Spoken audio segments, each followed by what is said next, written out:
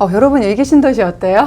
분당, 평촌, 일산 살기도 되게 좋고 사실 학군도 되게 좋고 값도 잘 나가고, 그런데 최근에 일기신도시 특별법 때문에 사실 들썩들썩한데 요것 좀 정리 좀 해드리면 좋겠다. 단순히 뭐 보도자료 정도 정보 전달하는 그런 수준 말고 저는 어떻게 해드리죠? 살까?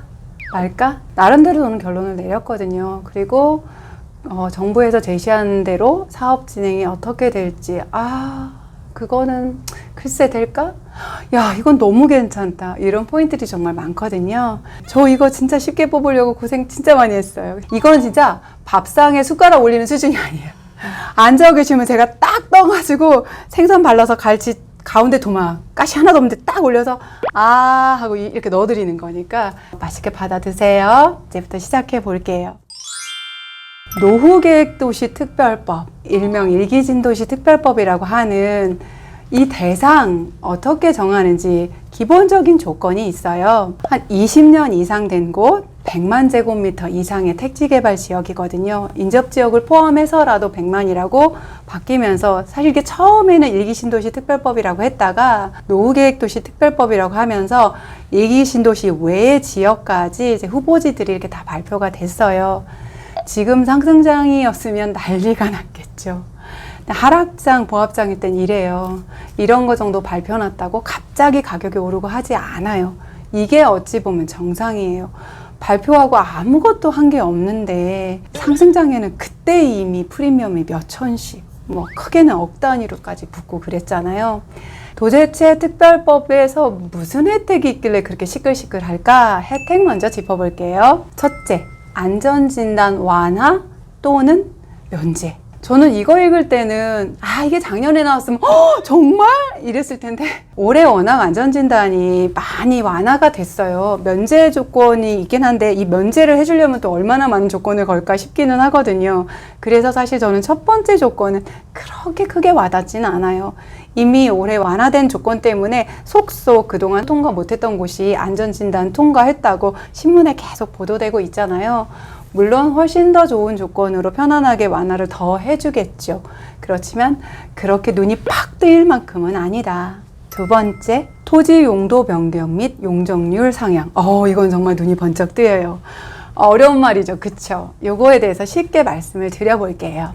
우리가 보통 재건축 할 때는 5층짜리 아파트 부시고 20층, 많게는 30층 이렇게 짓는단 말이죠. 그럴 때 용적률이란 말이 나와요. 우리가 어디 가서 거기 용적률이 얼마래, 얼마 준대 막 이런 말할 때 용적률이 이만큼이라서 사업이 안 된대 이렇게만 말하면 굉장히 정신이 없고 기준이 안 잡혀요. 그런데 이렇게 항상 용적률을 할 때는 두 가지로 보세요. 내가 가지고 있는 용적률, 내가 새롭게 받는 용적률. 너무 쉽죠? 가지고 있는 건 낮을수록 좋아요. 그래서 5층 아파트가 15층 아파트보다 용적률이 낮은데 가치가 더 높은 거예요. 5층 아파트는 한 평균 용적률이 한 120%대에 나와요. 그런데 그걸 가지고 250%나 300%로 쭉 아파트를 높게 지을 수 있으니까. 용적률이라는 단어도 어려우세요? 간단히 쉽게 말하면 얼마나 높게 지을 수 있느냐, 요 기준이에요. 이렇게 쉽게 말씀드리고 넘어갈게요. 사실 전국적으로 5층 아파트 재건축은 거의 이제 구역 지정되고 진행이 되고 있다고 해도 과언이 아니에요. 서울 수도권은 말할 것도 없고 지방 광역시에서 좀 메인 입지는 이미 다 진행이 돼 있고 포함이 돼 있어요. 새로운 곳이 거의 없다시피 해요. 그럼 이제 남아있는 건 중층 아파트 15층이죠 보통. 요게 평균 용적률이 한 220% 이렇게 이미 되거나 200%가 조금 넘거나 조금 덜 되기도 해요. 그런데 사실 아파트 재건축을 하려면 저는 조금 기준을 조금 타이트하게 잡아도 한 180% 정도 미만 돼야지 사업성 좀 나온다, 할만하다라고 하는데 180 미만 잡기가 쉽지 않아요. 일기신도시 용적률 한번 보면 용적률 면에서는 가장 예쁜 애가 일산신도시예요. 일산이 한 169% 나오고요. 그 다음이 분당 184%고 나머지 평촌, 상봉, 중동 같은 경우는 200%가 넘어요. 이미 가지고 있는 용적률이 너무 높아서 사업성이 좋지 않아요. 재건축을 하기가 좀 어렵죠. 그래서 사실 많은 곳이 리모델링으로 선회해서 이미 진행을 많이 한 곳도 있어요. 그런데 이 용적률을 완화해준다? 500%까지. 물론 모든 곳이 500%가 되지 않을 거예요. 아마 정부에서 어떤 조건들을 내걸고 그것을 받아들이는 곳은 용적률을 더 주고 하겠죠. 그래서 최대 500%면 사실 주거지에서 받을 수 있는 최고 용적률이에요. 이게 용적률이 이미 정해져 있어요. 땅에 신분이 다 매겨져 있는 거죠. 그래서 어떤 곳은 1000%까지 돼요. 5층 아파트가 120%일 때 1000%면 그 5층 아파트에 10배가 되는 거 아니에요. 그런 곳이 어디 있어요? 있죠. 최근에 막 입주 많이 하고 있는 곳. 올해 입주를 많이 하고 있는 동대문구 청량리역 인근이죠. 거기에 L65 같은 경우는 거의 용적률이 1000% 가까이 나오는 거죠. 그래서 60층 이상으로 거기 스카이라인이 완전히 바뀌었잖아요. 가보면 정말 멋있어요. 그런 곳은 상업지라고 해서 땅값이 제일 비싼 그런 곳이에요. 그래서 그렇게 높게 지을 수 있는 거죠. 용적률이 어떤 마술을 부리는지 이제 좀 아셨죠? 이걸 완화해준다. 대박입니다. 그리고 세 번째, 입지 규제 최소 구역으로 지정한다. 사실 저도요, 이 단어는 공인중개사 시험 공부할 때 처음 들어봤어요. 열심히 외웠고 그때 다 알았는데 이건 들어보셨죠? 개발 제한 구역. 맞아요. 이거랑 같은 나열에서 그 지역에 대한 개발을 어떻게 할 수 있는지를 제한하거나 완화하는 기준인데 입지 규제 최소 구역. 무슨 말이에요? 이 입지에서 규제를 최소한다. 네, 그거 맞아요. 그러니까 앞으로 여기 입지 규제 최소 구역으로 지정해서 어지간한 규제는 통과해 주겠어. 이런 뜻이에요. 굉장히 좋겠죠. 네, 이렇게 장점들이 있고요. 그리고 정말 제가 좋아하는 포인트 하나가 있어요. 뭐냐면 통합심의. 이게 서울 신속통합기획에서도 사실 신속보다 제가 더 관심 있어 하는 게 이 통합 부분이거든요. 서울 신속통합기획 뭔지 모른다고요? 이거 많이 알고 싶어 하시면 이것도 영상 하나 정리해 볼게요. 이거 댓글에 원하시는 분 많으면 영상 하나 만들어 볼게요. 이 통합심의라는 게 뭐냐면 지금 재개발 재건축 같은 경우는 그 건축심의 같은 경우 뭐 교통영향평가 따로 하고 뭐 환경영향평가 뭐 교육영향평가 막 이게 다 각자 돌아가기 때문에 이게 시간이 굉장히 많이 걸려요. 근데 이거를 다 함께 통합해서 심의해서 불필요한 시간 낭비, 인력 소모를 확 줄인다는 거죠. 이건 굉장히 좋은 포인트예요. 사실 저는 이 부분이 제일 마음에 들었어요. 그런데 다 좋기만 하냐? 정부에서는 좋은 청사진으로 내놨는데 저게 될까? 하는 부분이 뭐냐면 블록 단위로 통합으로 이렇게 재건축을 한다는데 1000세대 넘어가는 한 단지가 한마음 되기도 되게 힘들거든요. 우리 단지는 공원뷰도 나오고 우리가 훨씬 좋고 우리는 대지 지분도 넓은 큰 평수가 많은데 뒷단지는 작은 평수가 많단 말이야. 우리보다 사업성 적은데 같이 합쳐서 나중에 동호수 같이 추첨한다고? 싫은데? 아, 우리 단지는 여기서 더 가까운데 저 끝에 있는 단지하고 우리하고 다 같이 묶어? 아, 나는 싫은데? 이런 얘기 나올 수 있거든요. 그래서 아까 토막심의 같은 데서 시간을 줄여주더라도 주민들의 의견이 합치되지 않는 부분들은 정부에서 완력으로 할 수가 없거든요. 그래서 이 부분 조금 걱정이 되고요. 또 하나, 분당만 해도 10만 가구예요. 한꺼번에 이사가 난리나. 주변에 전셋값 다 오르고 어디 가서 살아요. 그러니까 순환 방식 할 수밖에 없어요. 선도지구라고 해서 먼저 한 곳을 정해서 거기 먼저 진도 나가는 거죠. 이거를 제일 보기 좋은 곳이 어디냐면 구성남. 제가 영상에서도 그런 얘기 많이 드렸어요. 특히 이제 거긴 재개발이 많으니까 생애주기.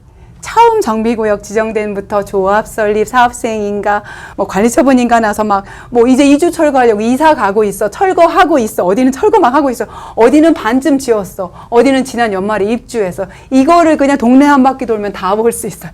어머나, 그러니까 이렇게 낡은 집 이사 가고 저렇게 부시더니 이렇게 공사하다가 어머, 저렇게 아름답게 입주? 성남이 지금 그 순환 방식의 대표적인 예예요. 예를 들어서 산성역 포레스티아가 2022년 입주잖아요. 그런데 이제 조합 설립된 곳하고는 10년 차이 나죠? 여기가 나중에 입주할 때 되면 벌써 거기 10년 이상 된 연령대가 조금 있는 분이 되는 거고요. 지금 구역 지정된다하고는 한 15년 이상 차이 날 수도 있어요. 이렇게 이주하고 거주하는 곳을 마련하고 하니까 순환 방식을 선택할 수밖에 없는데 지금 그것을 일기 신도시에 그 방식으로 한다. 똑같이 30년 됐는데 쟤네 먼저 하고 우리 늦게 했더니 우린 10년을 더 기다려야 돼. 원래 사업 벌리는 거 10년에다가 또 10년? 20년? 이렇게 되면은 어렵지 않을까. 그래서 우리 원래 리모델링 준비하고 있었는데 그냥 가자 이런 데도 있고, 우리는 우리끼리 따로 해 이러는데, 정부에서 강경하게는 이렇게 통합으로 할 때만, 블록 단위로 할 때만 이런 혜택을 주겠다라고 얘기를 했습니다. 물론 그 통합 블록 단위로 하는 청사진은 너무 좋아요. 지금 제가 여기 그림 하나 올려드릴게요. 그림에서 보시는 건 이제 분당인데, 보시는 것처럼 지금은 아파트하고 사이사이에 학교들이 이렇게 끼어 있어요.